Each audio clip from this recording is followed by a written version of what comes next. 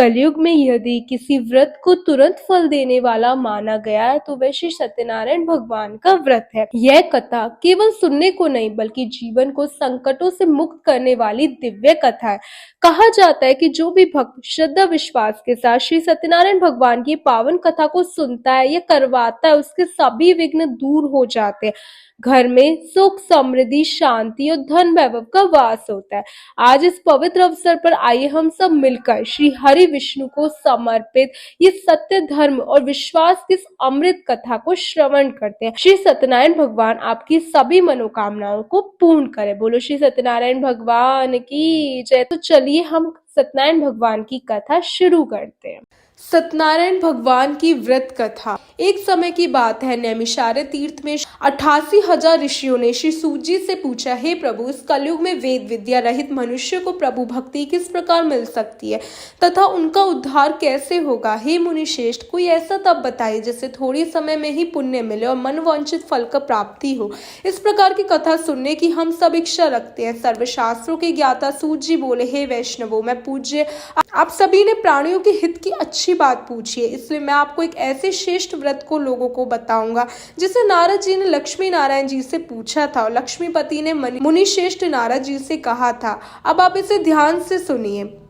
एक समय की बात है, योगीराज नारद जी दूसरों के हितों की इच्छा के लिए अनेकों लोकों में घूमते हुए मृत्यु लोक में आ पहुंचे। यहाँ उन्होंने अनेक योनियों में जन्मे प्राय सभी मनुष्यों को अपने कर्मों अनुसार अनेक दुखों से पीड़ित देखा। उनका दुख देखकर नारद जी सोचने लगे कि ऐसा क्या यत्न किया जाए कि जिसके करने से निश्चित रूप से मानवों के दुखों का अंत हो जाए। इसी विचार पर मनन करते हुए वे विष्णु लोक में गए। वहां वे देवों के ईश नारायण की स्तुति करने लगे, जिनके हाथों में शंख चक्र गदा और पद्म थे, गले में वरमाला पहने हुए थे। स्तुति करते हुए नारद जी से बोले, हे भगवान, आप अत्यंत शक्ति से संपन्न है, मन तथा वाणी भी आपको नहीं पा सकती। आपका आदि मध्य अंत नहीं है। निर्गुण स्वरूप सृष्टि के कारण भक्तों के दुख को दूर करने वाले आपको मेरा नमस्कार है। नारद जी की स्तुति सुन विष्णु भगवान बोले, हे मुनिषे, आपके मन में क्या बात है? आप किस काम के लिए पधारे हैं, उसे न संकोच बताइए। इस पर नारद मुनि बोले, मृत्युलोक में अनेक योनियों में जन्मे मनुष्य अपने कर्मोनुसार अनेक दुखों से दुखित हो रहे हैं। हे नाथ, मुझ पर दया करते हुए ये बताइए कि वो मनुष्य थोड़े प्रयास से अपने दुखों से कैसे छुटकारा पा सकते हैं। श्री हरि बोले, हे नारद, मनुष्य की भलाई के लिए तुमने बहुत अच्छी बात पूछी है, जिसके करने से मनुष्य मुंह से छूट जाता है। वह बात मैं कहता हूँ, उसे सुनो। स्वर्ग लोक व मृत्यु लोक दोनों में एक दुर्लभ उत्तम व्रत है जो पुण्य देने वाला है। आज प्रेमवश होकर मैं उससे तुम्हें कहता हूँ। श्री सत्यनारायण भगवान का यह व्रत अच्छी तरह विधि अनुसार करके मनुष्य तुरंत ही यहाँ सुख भोग कर मरने पर मोक्ष को प्राप्त करता है। श्री हरि के वचन सुन नारद जी बोले, उस व्रत का क्या फल है और उसका विधान क्या है? ये व्रत किसने किया और इस व्रत को किस दिन करना चाहिए? सब कुछ विस्तार से बताइए। नारद जी की बात सुनकर श्री हरि बोले, दुख व शोक को दूर करने वाला, ये सभी स्थानों पर विजय दिलाने वाला, मानव को भक्ति व श्रद्धा के साथ शाम को सत्यनारायण भगवान की पूजा धर्म परायण होकर ब्राह्मणों व बंधुओं के साथ करनी चाहिए। भक्ति भाव से नवेद केले का फल, घी, दूध, गेहूं का आटा सवाया ले। गेहूं के स्थान पर साठी का आटा, शक्कर, गुड़ लेकर वे सभी भक्ष्य योग्य पदार्थों को मिलाकर भगवान का भोग बनाए। ब्राह्मणों सहित बंधु बांधवों को भी भोजन कराए। उसके बाद स्वयं भोजन करे। भजन कीर्तन के साथ भगवान की भक्ति में लीन हो जाए। इस तरह से भगवान श्री सत्यनारायण भगवान का व्रत करने पर मनुष्य की सारी इच्छाएं निश्चित रूप से पूरी होती है। इस कली का अर्थात कलयुग में मृत्यु लोक में मोक्ष का यही एक सरल उपाय बताया गया है। अतः श्री सत्यनारायण व्रत कथा का पहला अध्याय संपूर्ण। बोलो श्री सत्यनारायण भगवान की जय। द्वितीय अध्याय। श्री सूत जी बोले, हे ऋषि मुनियों, अब मैं आप सबको उस निर्धन ब्राह्मण की कथा सुना रहा हूँ जिसने श्री सत्यनारायण भगवान का सबसे पहले व्रत किया। प्राचीन समय में वह निर्धन ब्राह्मण काशी में रहता था। भिक्षा मांगकर वह अपना जीवन यापन कर रहा था। ब्राह्मण की दुर्दशा देखकर ब्राह्मणों से प्रेम करने वाले श्री सत्यनारायण भगवान ने एक दिन बूढ़े व्यक्ति का रूप परिवर्तित कर उसके पास जाकर आदर से पूछा, हे ब्राह्मण देवता, तुम इस तरह घर घर भिक्षा मांगकर अनेक कष्टों को सहन करते हुए कैसे जीवन यापन कर रहे हो? दरिद्र ब्राह्मण ने कहा, हे मित्र, आय का कोई साधन न होने के कारण मैं भिक्षा मांगकर अपना जीवन यापन कर रहा हूँ। निर्धन ब्राह्मण की बात सुनकर बूढ़े व्यक्ति ने कहा, हे मित्र, श्री सत्यनारायण भगवान का व्रत करने से सभी कष्टों का निवारण हो जाएगा। श्री सत्यनारायण भगवान की पूजा आराधना करने से तुम्हारी सभी मनोकामनाएं पूरी होंगी और तुम्हारे घर में धन संपत्ति की वर्षा होगी। ब्राह्मण को व्रत करने की विधि बताकर सत्यनारायण भगवान अंतर्ध्यान हो गए। निर्धन ब्राह्मण ने बूढ़े व्यक्ति द्वारा बताए गए व्रत को करने का निश्चय किया। उस रात उसे नींद नहीं आई। वह व्रत करने के बारे में ही सोचता रहा और रात भर श्री सत्यनारायण भगवान का स्मरण करता रहा। प्रातःकाल उठकर सत्यनारायण भगवान का व्रत रखने का निश्चय करता हुआ निर्धन ब्राह्मण भिक्षा मांगने के लिए निकल पड़ा। उस दिन ब्राह्मण को भिक्षा में बहुत अधिक धन मिला। घर लौटकर उसने अपने आसपास के लोगों के साथ श्री सत्यनारायण भगवान की पूजा करने व उन्हें व्रत कथा सुनाने के बाद सभी को प्रसाद ग्रहण किया। कुछ ही दिनों में ब्राह्मण की निर्धनता दूर हो गई। उसके घर में धन धान्य की वर्षा होने लगी। हे श्रेष्ठ मुनियों, अब मैं आपको उन लोगों की कथा सुनाता हूँ जिन्होंने उस ब्राह्मण से श्री सत्यनारायण भगवान की व्रत कथा सुनकर ये व्रत किया और उनके कष्ट दूर हुए। धन संपत्ति से संपन्न उस ब्राह्मण ने हर माह नियमित रूप से व्रत करते हुए जब अगले माह श्री सत्यनारायण भगवान का व्रत किया तो उस व्रत में बहुत से बंधु बांधव और मित्र सम्मिलित हुए। उसी समय एक बूढ़ा लकड़ारा वहां से गुजरा। उसे बड़ी प्यास लग रही थी, अतः जल पीने की इच्छा से बूढ़े लकड़ारा ने गट्टर को जमीन पर रखा और घर के आंगन में पहुंचकर उस ब्राह्मण से पूछा, हे ब्राह्मण देवता, आप ये किसका पूजन कर रहे हो? इस व्रत को करने से क्या लाभ होता है? कृपा करके मुझे सब बतलाएं। बूढ़े लकड़ारे की बातें सुनकर उस ब्राह्मण ने कहा, मैं अपने बंधु बांधवों परिचितों के साथ श्री सत्यनारायण भगवान की पूजा कर रहा हूँ। इस व्रत को करने से श्री सत्यनारायण भगवान की अनुकंपा से निर्धनता नष्ट होती है और संसार के दुखों से मुक्ति मिलती है। ब्राह्मण से इस व्रत का वर्णन सुनकर बूढ़ा लकड़ारा बहुत प्रसन्न हुआ और मन ही मन सत्यनारायण भगवान का व्रत करने का निश्चय किया। चलते हुए लकड़ारे ने मन में विचार करने से उस दिन लकड़ारों को लकड़ी के अधिक रुपए मिले। लकड़ारे ने उन रुपयों से घी, केले, दूध, गेहूं का आटा, शक्कर खरीदा। घर लौटकर लकड़ारे ने देवों के प्रिय काशी नगरी में श्री सत्यनारायण भगवान की पूजा की। उस पूजा में उसके परिवार के व आसपास के लोग भी सम्मिलित हुए। श्री सत्यनारायण भगवान की पूजा व्रत कथा सुनने के बाद लकड़ारे ने प्रसाद बांटकर स्वयं भी प्रसाद ग्रहण किया। सत्यनारायण भगवान की अनुकंपा से लकड़ारे के घर में धन धान्य की वर्षा होने लगी। उसकी निर्धनता दूर हो गई। श्री सत्यनारायण भगवान की पूजा करते हुए लकड़ारा आनंद पूर्वक जीवन यापन करता हुआ अंत में मोक्ष को प्राप्त कर बैकुंठ धाम को चला गया। बोलो श्री सत्यनारायण भगवान की जय। द्वितीय अध्याय समाप्तम। तृतीय अध्याय। श्री सूत जी बोले, हे श्रेष्ठ मुनियों, अब मैं आपको आगे की कथा सुनाता हूँ। प्राचीन समय में कनकपुर में उल्कामुख नामक एक बुद्धिमान तथा सत्यवादी राजा राज करता था। वह प्रतिदिन मंदिर में जाकर श्री सत्यनारायण भगवान की पूजा करता और निर्धनों को अन्न, वस्त्र, धन दान करता। उसकी पत्नी सुभद्रा बहुत ही सुशील थी। वे दोनों हर महीने श्री सत्यनारायण भगवान का व्रत करते। श्री सत्यनारायण भगवान की अनुकंपा से उनके महल में धन संपत्ति के भंडार भरे थे। उनकी सारी प्रजा बहुत आनंद के साथ जीवन यापन कर रही थी। एक बार राजा रानी बहुत से लोगों के साथ जब भद्रशिला नदी के किनारे श्री सत्यनारायण भगवान की पूजा कर रहे थे तो नदी के किनारे एक बड़ी सी नाव आकर ठहरी। उस नाव में एक धनी व्यापारी यात्रा कर रहा था। वह बहुत सा धन कमाकर अपने नगर को लौट रहा था। उसका सारा धन उस नाव में रखा हुआ था। नाव से उतरकर व्यापारी राजा के समीप पहुंचा। राजा को पूजा करता हुआ देख उसने कहा, हे राजन, आप इन सब लोगों के साथ मिलकर किसकी पूजा कर रहे थे? इस पूजा को करने से मनुष्य को क्या लाभ होता है? राजा ने व्यापारी से कहा, हम हर पूर्णिमा को सत्यनारायण भगवान का व्रत करते हैं और फिर पूजा अर्चना के बाद भगवान का प्रसाद लोगों को बांटकर स्वयं भी प्रसाद ग्रहण करते हैं। सत्यनारायण भगवान की पूजा से दुखियों के सारे दुख दूर होते हैं। राजा की बात सुनकर व्यापारी ने कहा, हे राजन, मैं भी सत्यनारायण भगवान का व्रत करना चाहता हूँ। कृपा मुझे इस व्रत को करने की विधि बतलाएं। राजा ने व्यापारी को सत्यनारायण भगवान के व्रत की पूरी विधि बताई। राजा ने व्रत कथा सुनने के बाद व्यापारी को भी प्रसाद ग्रहण कराया और लौटकर अपनी पत्नी लीलावती से कहा, हमारी कोई संतान नहीं है। यदि सत्यनारायण भगवान की अनुकंपा से हमारी कोई संतान हुई तो मैं अवश्य से सत्यनारायण भगवान का व्रत करूंगा।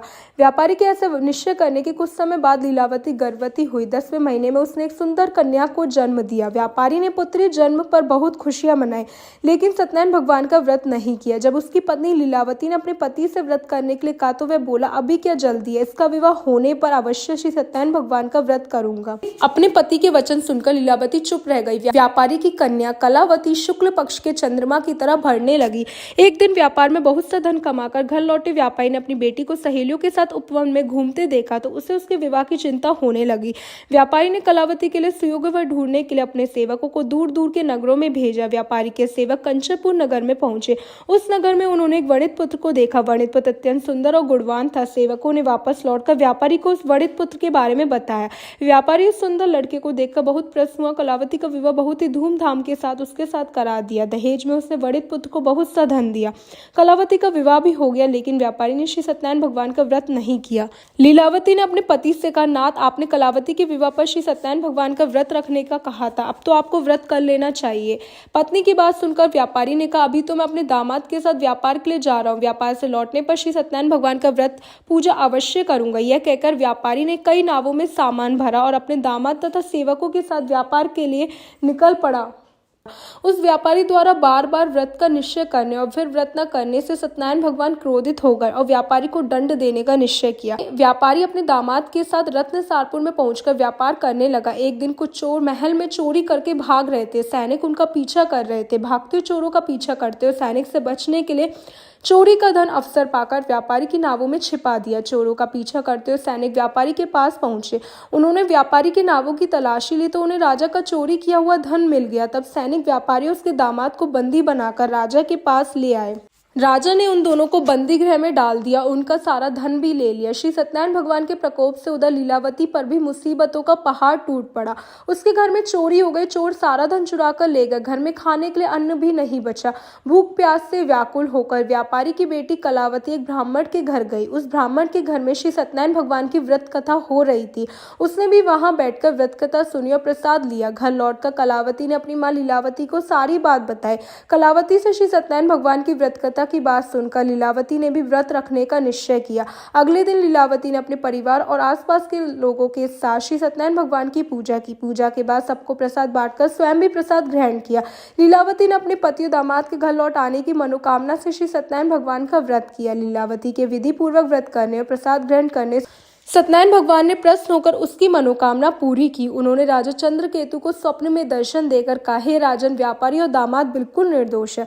सुबह उठते ही दोनों को मुक्त कर दो। उन दोनों का सारा धन भी वापस लौटा दो। यदि तुमने ऐसा नहीं किया तो मैं तुम्हारा सारा वैभव नष्ट कर दूंगा। इतना कहकर श्री सत्यनारायण भगवान अंतर्ध्यान हो गए। रात होते ही राजा चंद्रकेतु ने अपने मंत्री और राज ज्योतिषियों को रात के स्वप्न की बात बताई तो सबने राजा और व्यापारी को छोड़ देने के लिए कहा। राजा चंद्रकेतु ने तुरंत उस व्यापारी और उसके दामाद को छोड़ दिया। उनका सारा धन भी वापस कर दिया।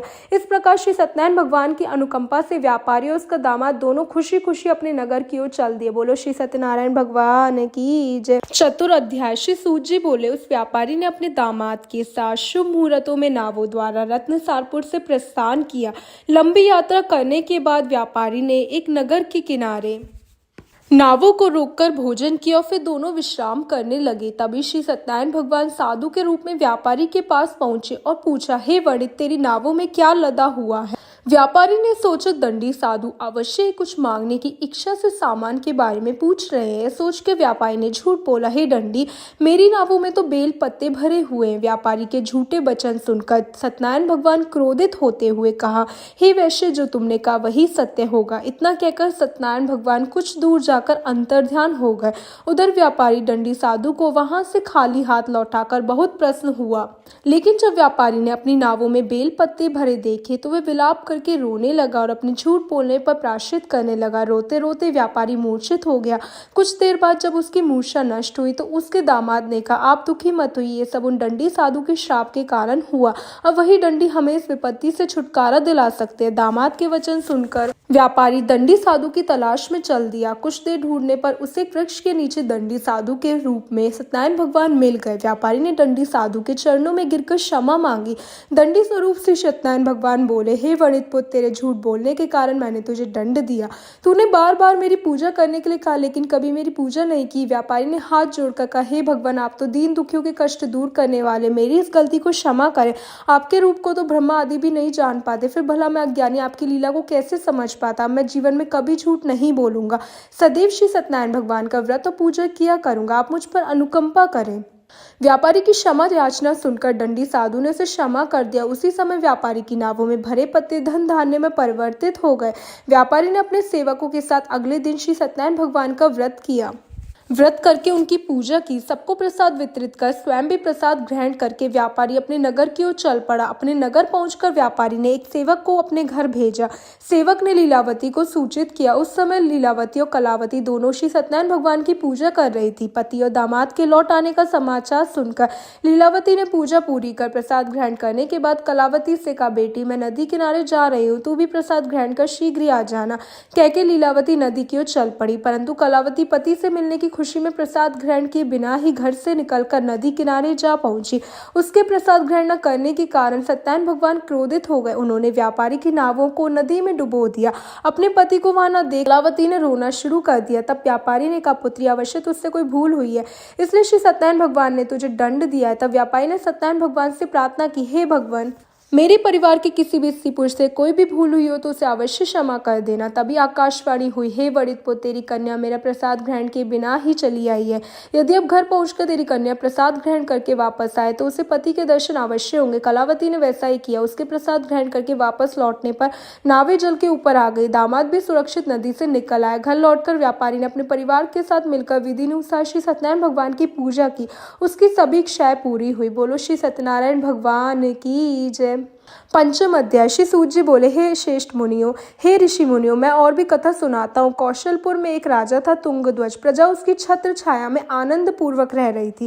राजा तुंगध्वज अपनी प्रजा के सुख दुख का बहुत ध्यान रखते, लेकिन एक बार उसने सत्यनारायण भगवान का प्रसाद ग्रहण नहीं किया। तब सभी को चिंताओं से मुक्त कर धन संपत्ति से भंडार भरकर प्राणियों को जीवन के सभी सुख देने वाले श्री सत्यनारायण भगवान ने राजा को प्रसाद ग्रहण न करने का दंड दिया।